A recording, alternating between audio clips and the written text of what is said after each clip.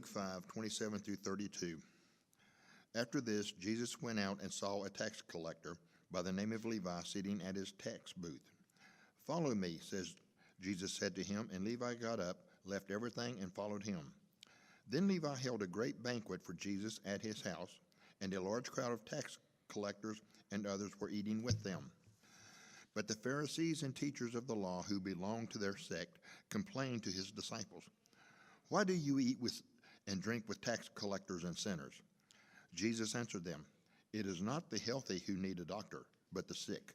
I have not come to call the righteous, but the sinners to repentance."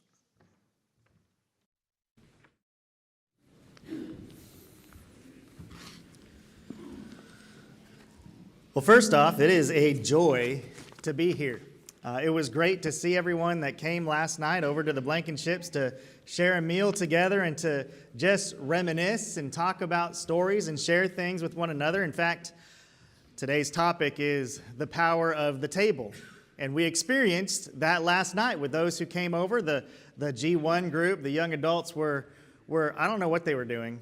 They were attempting to tell stories in the other room, and they couldn't get through them. They were laughing and just joking around with one another, and it didn't stop. And so I went over there to fill up my cup. What is going on in this room? It's just so loud. It's so boisterous. They're so happy. They're full of joy. All these things are going on. And I hear, well, somebody's trying to tell a story, and they can't finish it. And they're like, just tell the story. And then someone else would interrupt, and then they start laughing again. And so I finally figure out what's going on, and I don't know who's trying to tell the story. So I won't say any names right now. But I don't know who's trying to tell the story, but I go, okay, I got this. So they finally calm down again, and I walk into the room, and they're like, just tell the story. And I say, so I got a story to tell. And they looked up at me like, I can't believe he just did that. Like, he just came in from nowhere, from left field, and said, and interrupted us, and they all started laughing. So it was great to just be there and to enjoy that time. Meals are important. When you share meals with people, they are important. Some of the meals that you have might not be as important as others. You're just having breakfast that day. It's just getting your day started. It's not that big of a deal. For those going to school, it's supposed to power your brain. It is a big deal. Have breakfast, right? But we go through life, and many of the meals that we have are not as big of a deal as others. But there's also many of you here who recognize there has been a meal in your life that is memorable.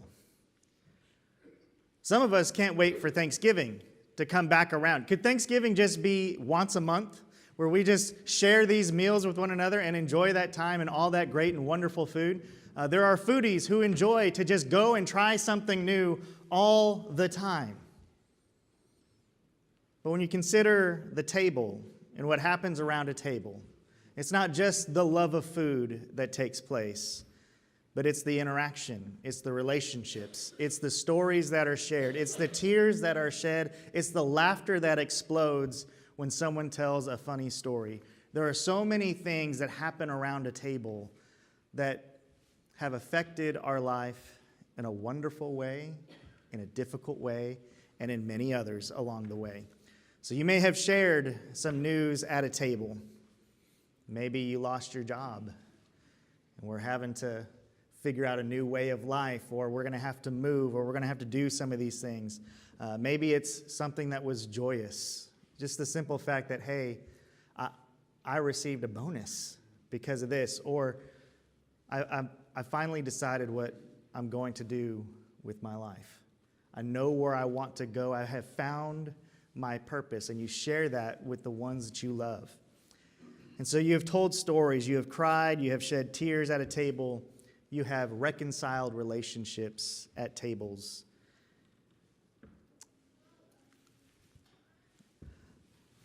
Leonard Sweet wrote a book back in 2015. It was published in 2015, From Tablet to the Table.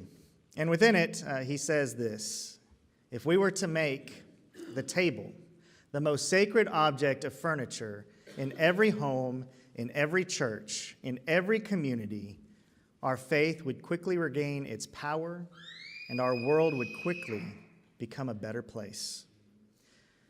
When you think about Christianity, it didn't take its shape. It didn't take form because of somebody behind a pulpit. It didn't take form on an altar. and it didn't take form in a book. Christianity took form around tables.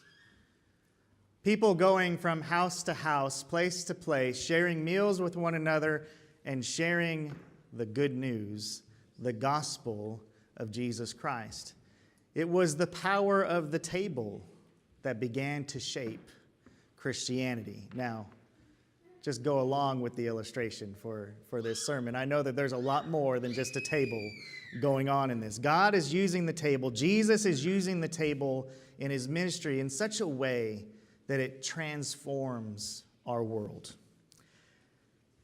It's funny, when you look at what could be considered bookends in Scripture. In Genesis chapter 2 and verse 16, God basically says, after he's created the Garden of Eden, he says to mankind, eat freely, right? And then you go to Revelation chapter 22 and verse 17, when all is said and done and victory is there and we're all, well, come and drink freely. Come and drink. And so he's got eating at the beginning and drinking at the end.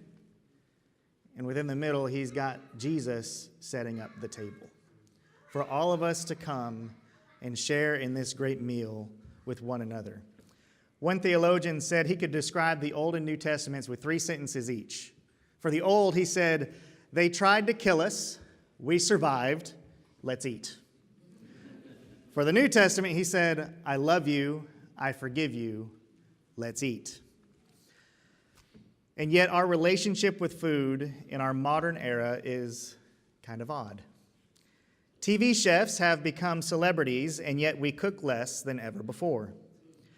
Americans spend over $50 billion on dieting each year. We spend more on dieting than world missions. We spend more on curing our overconsumption of food than we do feeding the physical and spiritual needs of the world. 1 in 4 of us eat at least one fast food meal every single day. U.S. households spend roughly the same amount of money on fast food as they do on groceries. 60 years ago, the average dinner time was 90 minutes. Today, it is less than 12. The majority of U.S. families reported eating just one meal together in less than 5 days a week. And even then, our dinners together are often in front of a TV or on our phones. It's no wonder that the average parent spends only 38.5 minutes per week in any meaningful conversation with their children.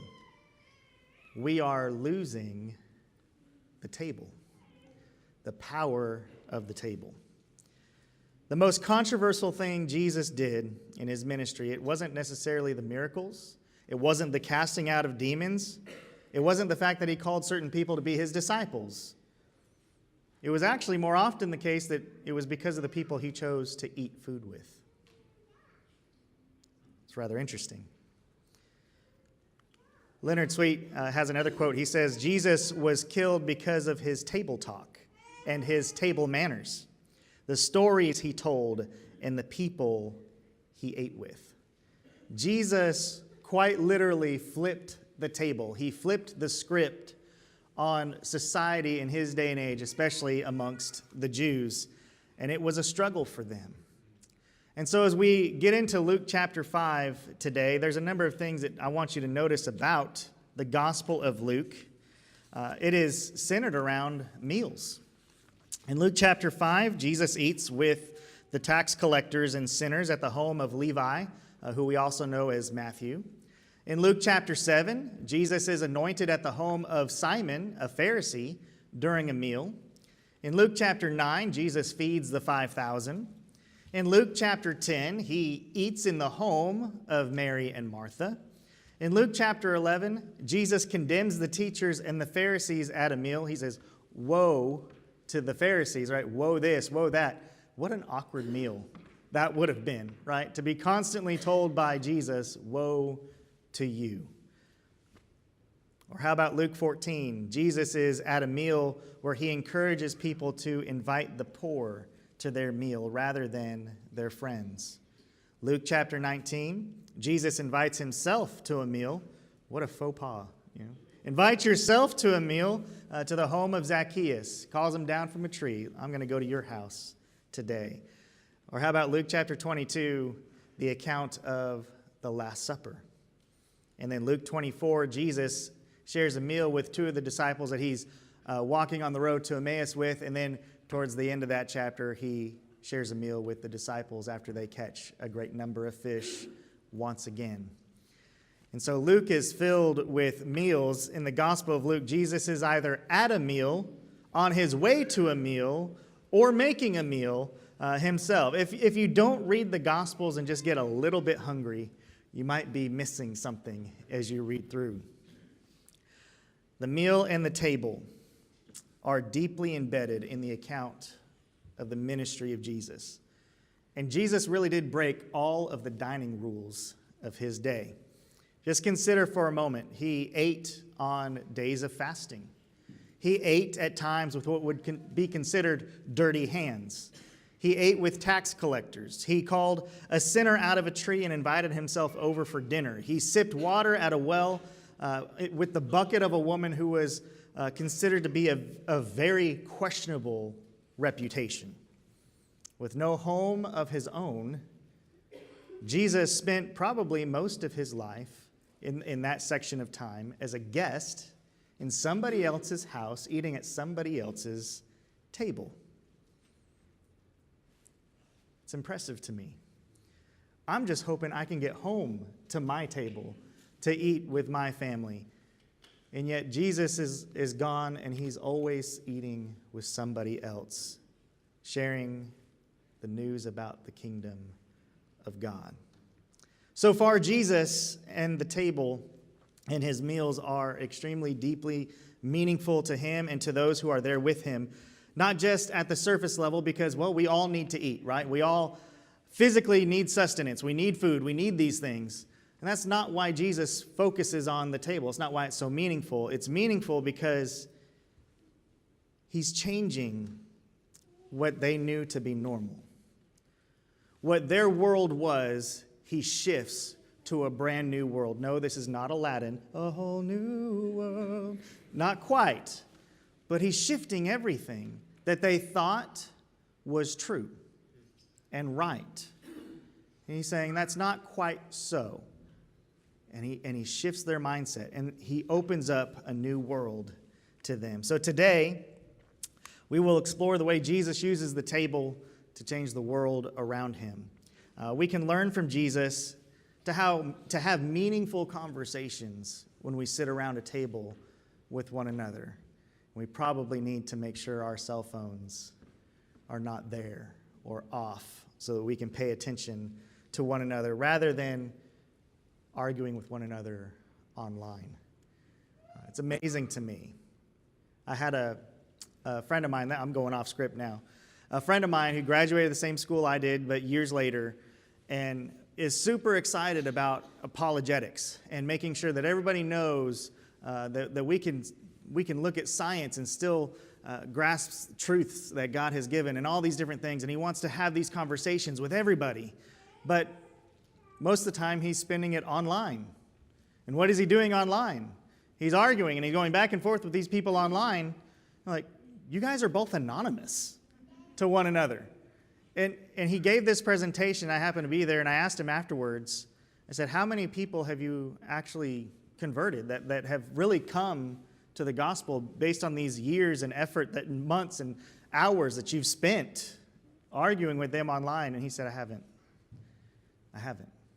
I'm not saying that everything he did was without any kind of fruit, but maybe if you sat around a table with this person and shared a meal together and you looked at each other as equals instead of just talking down to one another in an anonymous way, and you don't really care what the other person has to say, it's easy to just ignore what they're saying. Jesus viewed people as equals. It didn't matter what their station was in life or who they were. Come and share a meal with me. As you look at Luke chapter 5, and we get to the scripture that we're about to get to, there's some context here. And earlier on in the Gospel of Luke, Jesus has been baptized in the Jordan by John the Immerser, or John the Baptist, as we call him. and he's gone on to the temptation that Satan has brought to him. He's made it through to the other side of that. And then he begins his ministry, and he's proclaiming he's gone back to his hometown. And within his hometown, he tells them, I'm going to be about the poor and the captive and the blind and those who are oppressed. And those are the ones I'm going to work with, and those are the ones I'm going to save. And of course, they're like, well, we were excited about maybe what you were going to do, but because you don't want to do anything for us, we're going to drive you out of town and we're going to kill you. They try to push him off a cliff, basically. And Jesus kind of, I don't know how he does it, but he goes away through the midst of them and continues on and goes from city to city and spends a lot of time in Capernaum. And on he goes. And then he meets Peter in Luke chapter 5 at the beginning of that chapter. And if you remember, Peter and his associates, James and John and maybe some others there, have come back from fishing and they have caught nothing. Right? They've been fishing all night. They've caught nothing. They've actually finished cleaning their nets. And I don't know what it takes to clean your nets after a whole night of fishing, but they go through that process. And then Jesus comes along and he says, go out there again. Now, if you've been working all night long and you caught nothing, there's some discouragement there, right? And then somebody comes along and says, go ahead and go back out into the waters again and cast your nets. Now, I don't know how strong the relationship is between Peter and Jesus at this time, if they've already spoken a little bit or had some knowledge of each other, but Peter recognizes Jesus to a degree, and he's a rabbi, he's a teacher. I'll listen to him, I'll go back out there and I'll do this. And then they catch such a great bundle of fish, and Peter comes back. Notice what he says. Go away from me, Lord, for I am a sinful man. As we're introduced to some of these individuals in Luke chapter 5, Peter comes along. He's a good Jew. The compare and contrast between Peter and Levi, who we're going to talk about today, is interesting. Peter is probably considered just a good Jew. He's married. He has a mother-in-law. Jesus even healed her just before. And so there's some of this relationship that's there. But Peter, it's like he recognizes in this moment, I am in the presence of God. I am in the presence of his Holy One. I am in the presence of the Son of Man. And he says, go away from me, Lord, for I am a sinner. It reminds me of Isaiah, in Isaiah chapter 6. And he sees the vision that he sees, and he can't handle it. I am utterly sinful. And that's how we recognize ourselves. When we finally come to that position where we recognize who God is, what he's done, and everything about that, and then we look at our own lives and we say, it doesn't matter how good I perceive myself to be. It doesn't matter how good the community sees me or how great I might be in somebody else's eyes. But when I look in God's eyes, I realize I can't keep looking there because I am completely a sinful man. And that's where Peter is in that moment. But then you go to Levi in verse 27, and it says that after Jesus went out, he noticed a tax collector named Levi. And the contrast is immediate, because even though Levi is a Jew, he's got a Jewish name, Levi. He's also known by Matthew, wrote the Gospel of Matthew, right? So there's a lot to go with Levi here. But he's a tax collector. And to a Jew, that's an immediate shift, right? Not even wanting to look at this person. A tax collector is equal to sinners. And we'll talk more about that in just a moment. But just recognize the compare and the contrast between Peter, probably considered a good Jew. He has a decent job. He's a fisherman. He takes care of his wife and his family and his mother-in-law. He does all these things. And then you've got Levi, who's a tax collector. And the Jewish mindset is an instant, ooh, don't want to have anything to do with that guy. But when you look at Levi and Jesus here, Jesus just simply says, follow me. Follow me. Levi, as a tax collector, is not just considered a sinner like some of the others in town or around town.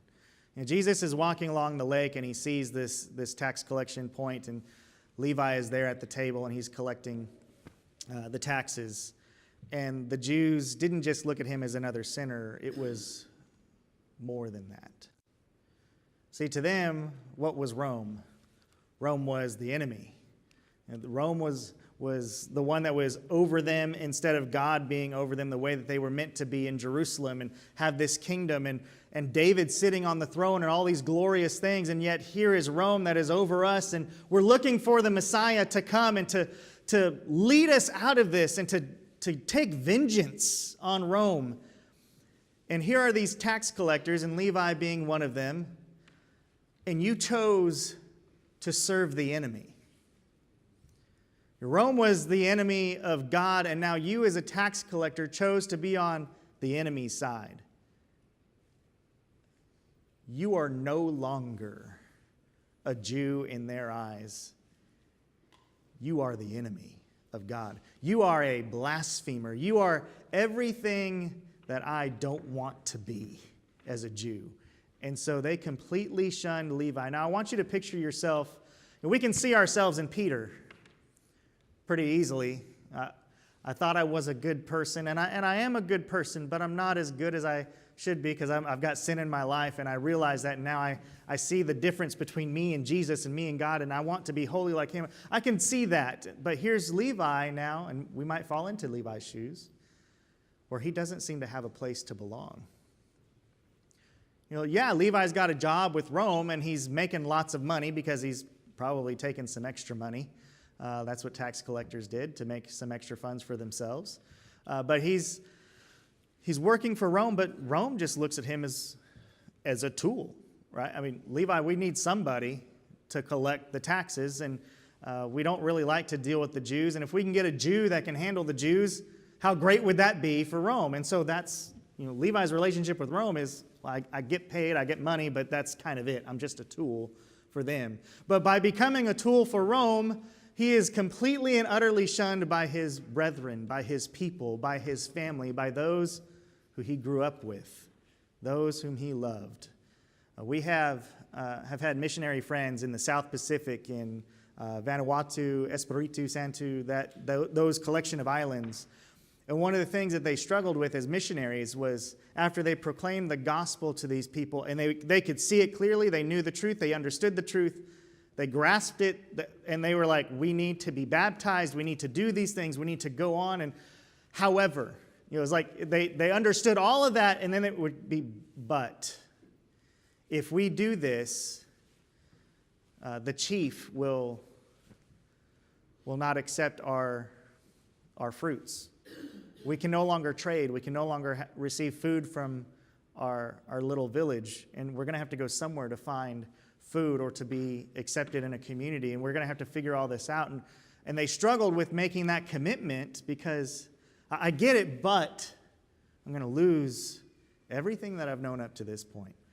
And so Levi is in this position where he doesn't quite belong. And some of us find ourselves in his shoes, where we feel like we just don't have our people. The ones who we fit in with, the ones that we can talk to about anything. They may judge us a little bit, but they also are accepting of what we say and what we're struggling with, and they're there to help us, to pray with us, to understand that they're not perfect either. They accept us. And Levi doesn't seem to have that. And then here comes Jesus, who says, follow me. This is the moment for Levi. And it happened at a tax collection table. This is the moment for Levi. This is my chance. Because I'm in the middle of Rome and the Jews, and here has come this rabbi who is performing miracles, who is healing the sick and casting out demons and doing these things, and he has come to me and he says, follow me. This is my chance to get out of something that I may have regretted doing, that I may have regretted becoming a part of, and I can get out of it. But it's not just that. I'm pretty sure he sees Jesus a little bit differently than just getting out of that situation. But I think we can, at times, feel ourselves in Levi, where we were in a moment in our life where we just didn't feel like we belonged with anyone that we were around, with those that we were with, and we didn't know what to do. And so Levi gets the invitation from Jesus, follow me. But it doesn't just end there at the tax collection table. It goes on to this great and wonderful mealtime, right? Here comes the table. There's this huge reception, this huge party that takes place, right? What does it say? I know it's up on the screen. Oh, there it is. I didn't even know that there was one up there. I had to look up to see it. Okay. And Levi gave a reception for him in his house, and there was a great crowd of tax collectors and other people who were reclining at the table with them. And so there's this great reception, this great party, this great meal that takes place, and the sharing with one another. By the way, when I think about this verse and many others, as Christians, we should be the ones who throw the best parties. Not because we get drunk or we do all these crazy things, but because we have the most to be grateful for. We should have the most joy in our lives. Our cup should be overflowing. And so the atmosphere in the room when we are at a table should be wonderful and joyous. And that's what I saw last night at the Blankenship house. The joy that was there to share with one another. I have a previous elder that I worked alongside of in Colorado. He was a firefighter, and they all went out to dinner after church service, I think, him and his family and some other people from church. And they're sitting there, and somebody knew them as they walked into this restaurant, and they said, well, Bob, you must have been drinking a lot to be laughing this hard and to be, shooting the breeze with these people in this kind of way. And he said, we're not drinking, we're not drunk, we're not any of that. We're just Christians. We have this relationship with one another that fills us with joy. And that was an impactful statement in imagery that I had where everybody else thought they were drunk because they were just laughing and having such a great time. Well, you could say they were drunk, but not on alcohol. They were drunk on the joy of the Lord. They were filled up to the brim. And this is what it means to be a Christian and to be along with one another, to be at the table with one another, sharing in these great times with one another and sharing the gospel. But notice, while they're having this great time, there are others that are present. The Pharisees and the scribes began grumbling at his disciples, saying, "Why do you eat and drink with the tax collectors and sinners?" What was their problem? Notice their problem wasn't the party. The drinking, the eating, everything that was going on, that wasn't the problem. What was the problem? It was the guest list. It was who was invited to the party, right? It's the guest list. You are eating with tax collectors and sinners. If you turn over, I didn't put this on the screen, but if you turn over to Luke chapter 7, verse 34, Jesus is talking with the Pharisees, and he basically says what they are accusing him of, and he says, it's like a 4-point judgment from them. But he says in verse 34, "The Son of Man has come eating and drinking." And Jesus says, "I've come eating and drinking. And you say, 'Behold, a gluttonous man, a drunkard, a friend of tax collectors and sinners.'" They are judging him for his eating and his drinking and for those with whom he is doing it with. And so it's just interesting to see it's not so much that there's a party going on. It's more like, why weren't we invited? How come we're not on the guest list? Don't you know that we are more righteous than those sinners and the tax collector in whose table you're sitting at? That's their problem. Jesus, if you're the rabbi, if you're the good teacher, if you're these, You should be hanging with us. We are the cool crowd. We are the cool kids. We are the ones whom God loves the most. Don't you know that? And Jesus is looking at them like, are you an idiot? It's kind of one of those things where it's like, do you hear yourself right now? Because his response is, I think I blacked it out. I'm touching buttons. I'm doing things. His response is great. And Jesus answered and said to them, it is not those who are well who need a physician, but those who are sick. Jesus is better than I, because I would have looked at them and said, are you an idiot? And he does this. It's not those who are well who need a physician, but those who are sick. I have not come to call the righteous, but sinners to repentance. Jesus is powerful. There's a reason he's called the master teacher. There's a reason he does these things. He is powerful in the way that he approaches these individuals who we would probably lose patience with. Could you imagine going to the doctor? This is not a well check, by the way. But going to the doctor when you are completely healthy, and they come into the room and say, oh, okay, Travis, what seems to be the problem? Oh, nothing. Well, why do we have this appointment today? How you doing? I mean, like, what conversation do you have in that moment? How awkward is that? But, oh, I just wanted to see you. Why are you wasting my time? I'm here to help the sick. I'm here to do this. Well, I just wanted to build our relationship. What kind of conversation do you have in that moment? It's too awkward. But usually we go to the doctor because, for me, someone who thinks I can still dunk over my teenage boy, I roll my ankle, I hurt myself, I pull something like that happens, and I go to the doctor and be like, all right, this is what happened. And try to explain and go through that process. Or I've tried this and it's just not working. I need to figure, well, Travis, you're getting old. Stop it, right? The doctor has to sit down and tell me that. But that's why we go to the doctors for different illnesses, different physical ailments, and all those kinds of things. Jesus says, it's not the well who go, but the sick. And so those of us who recognize, just like Peter and Levi, Lord, I am a sinful man. I need you. Peter's saying, get away from me, Lord, because you're too close. You're shining too brightly. My darkness is being exposed before you, right? And Levi is looking, this is my chance. He said, follow me. I'm going to bring him into my home, and I'm going to share what I have with him, and I'm going to start following him.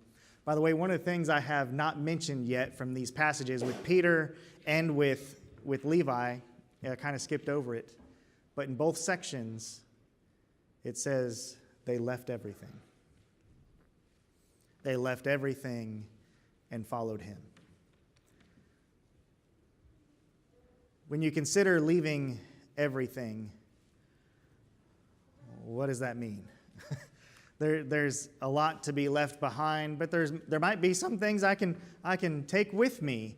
You remember when Jesus is talking, I can't remember the passage, it just came to my mind right now, but when he's talking to some individuals and he says, oh, come follow me. And they say, oh, well, let me go back and bury my parents first, and then I'll come and follow you. And we feel like Jesus is being harsh in that moment, right? I mean, I cracked because it was harsh, right? Because he's saying, why can't he just bury his parents and then come follow you? He's saying, you need to be able to leave everything. You need to have that commitment. Basically, what people are doing is they're giving excuses to Jesus, and he knows it. He's like, well, let me go back and do this. Let me go back and do this. And a lot of times when I tell my kids, I love you, but a lot of times when I tell my kids, bless their heart, you need to do this. It's, oh, I'll do it. I remember. And then I come back and it's, well, you didn't actually do it. But I had this other thing going on and I just forgot, and I'll do it now. And then the conversation happens again, and then it happens again, and then it happens again, until maybe there's a shouting match that takes place or something like that happens. Just clean your room. It's simple. There's only a few things. Just put it in the hamper, right? And finally it gets done. Right? That's the conversation Jesus is having in that moment. They're giving excuses as to why they can't follow him. And he says, you need to let the dead bury the dead and come follow me. And here Levi and Peter and James and John are included with Peter. They leave everything and follow Jesus. How interesting that actually is to be able to make that commitment for them. Peter's married. Now, he does seem to have interactions with his family even while he's following Jesus, but for the most part, he's left the home, and he is traveling with Jesus, going from place to place. Jesus isn't looking for the righteous. In Luke chapter 19 and verse 10, why did Jesus come? To seek and to save that which was lost. He told Zacchaeus right there, I'm coming to your house today. Well, why is Jesus coming to his house? To seek and to save that which was lost. He didn't come to save those who are well, those who considered themselves righteous. If you think you're righteous, then you're not going to listen to anything I have to say. So go ahead and continue to live your life the righteous way that you're going to live it, while I go and find those who truly need me, who know they are lost and don't know what to do to find salvation. I'm going to deliver them. That's what he's come to do, and oftentimes he does it through the table, through a meal with one another. Now, I know this is an interesting slide. Why are there random boxes and a yellow box in the middle on the screen? Okay, this represents your meals in a week. Okay, there are just roughly 7 days, 3 meals a day. Okay, so you've got 3 meals a day on average. Maybe you eat more than that. Maybe you eat less than that. You practice the intermittent fasting. I don't know what you do, but you have these meals throughout the week on average. What I want to challenge you to do, not just this week, because here's the sermon for the week, but from now on, once a week, find a meal in which you can share it with someone who needs the grace of Jesus. Now, it could be family members. It could be those who you do share a meal with regularly. It could be a coworker. It could be at lunch with your coworkers. It could be at school with your fellow students, where you share a lunch with someone that you've noticed is struggling, but you haven't had the courage to go talk to them yet. And now's your chance, because I've challenged you. Okay, go and sit down and have a meal with them and pray with them. Share Jesus. Tell your story. Everybody has a story of how they came from sin and into salvation. And you can tell your story. And it's sharing the good news of Jesus, how he saved you. It's not always about, well, let me find the book, chapter, and verse. It could simply be, here's how he saved me. Here's what did it for me. Here's where I found Jesus. And a lot of times it's not at the church building because of what the preacher said. A lot of times it's with someone that had a just heart-to-heart conversation with you. And you found Jesus in that moment. And it saved your life. And it changed you for the better. Now, that's the challenge. But you could fill these white squares up with all kinds of different colors. Those meals accomplishing different things. It could be hospitality. It could be fellowship with one another. It could be edification, encouragement. There's times in which I've had a meal with someone, not because I was thinking about this glorious time to share the gospel with them or talk about the grace of Jesus, but to say something hard. I want to come and I'm going to buy you lunch, and we're going to talk about something that isn't what you want to talk about. You know, you can fill those up with different colors and different types of ministry opportunities. But I want to encourage you to share the gospel through meals, through the table. This is where meals and the mission can come together, and it can be powerful. Now, it's not just this idea of sharing the gospel or picking out a day in the week to do this, but maybe add this to your prayers when you have your meals. Matthew chapter 6, how do we pray, Jesus? And the disciples ask, and he begins to share what they are to pray. Here's an example. Here's an outline. Here's what you could think about saying. And within that it says, let your will be done on earth as it is in heaven, right? Well, think about adding this to some of your prayers. At this table as it is in heaven. The table at your home, the table at work, the table at school, the place in which you share meals with others. God, at this table, let it be as it is in heaven. Let me be able to show your grace to others. God, use this table in our home to bless others. God, allow me to be used by you with the meals that we share with one another. Christianity wasn't built because we just had some great orators out there. In fact, Paul was accused as being a terrible orator. And he was like, I get it, I understand. But let's continue to be faithful. Let's continue to be what Jesus called us to be, right? He didn't even bat an eye at being accused of being a bad orator. And we read his letters and we go, man, that was some powerful stuff. But Paul was being accused of being a terrible speaker. Okay. But Paul he wasn't concerned about that. He says, whether I'm speaking, whether I'm eating, whether I'm in prison, no matter where I am, I'm going to take opportunity to share the good news of Jesus. And so whatever circumstance we may find ourselves in, at least at a table, let Jesus shine through you. Now, this image up there, I can't see it as well. I'm going to look back here. This is a painting by Caravaggio, and it is called The Calling of St. Matthew. And so as you look at this, here's Jesus over here, and you see him pointing here towards Levi. And notice Levi here, he's pointing to himself, okay? So you look at this image, and it's interesting. As I look at it, it's hard to see. It'd be better if it was on a computer screen where you could see it up close. But do you see the hand of Jesus here? Does that hand look familiar to you? Is there another painting? The Sistine Chapel, right? That's the hand of God from the Sistine Chapel that Caravaggio uses in this painting. And he's pointing at Levi. He's calling him. He's saying, follow me.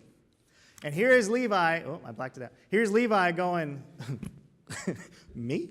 And yet also notice his other hand here. What's his other hand holding on to? He's collecting and holding on to the money as he's collecting taxes. And so he's like this. What? But it's kind of like us. Jesus is calling us, and yet at the same time, we're trying to hold on to something else behind us. What's the thing we're holding on to? It could be our sins. It could be something else. We talked about idolatry briefly in class this morning, and just the idea of, well, what is idolatry? It's putting anything before God. It's taking first place before God. So that's idolatry in a nutshell. And we're holding on to whatever that is, and yet at times we're still trying to follow God. It's like trying to sail a boat with the anchor dragging. You got the sails open and the wind is blowing and the anchor's dragging, right? And we're just kind of like, I want to follow. But there's also this back here that I'm trying to hold on to. And it's like, I'm trying to follow, but this keeps pulling me back. But I want to.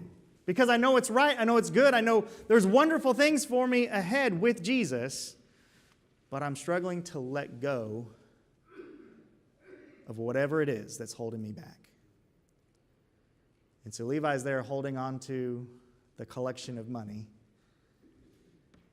Are you sure you're talking to me? At times in our lives, we've been saying that to ourselves. Is Jesus actually talking to me?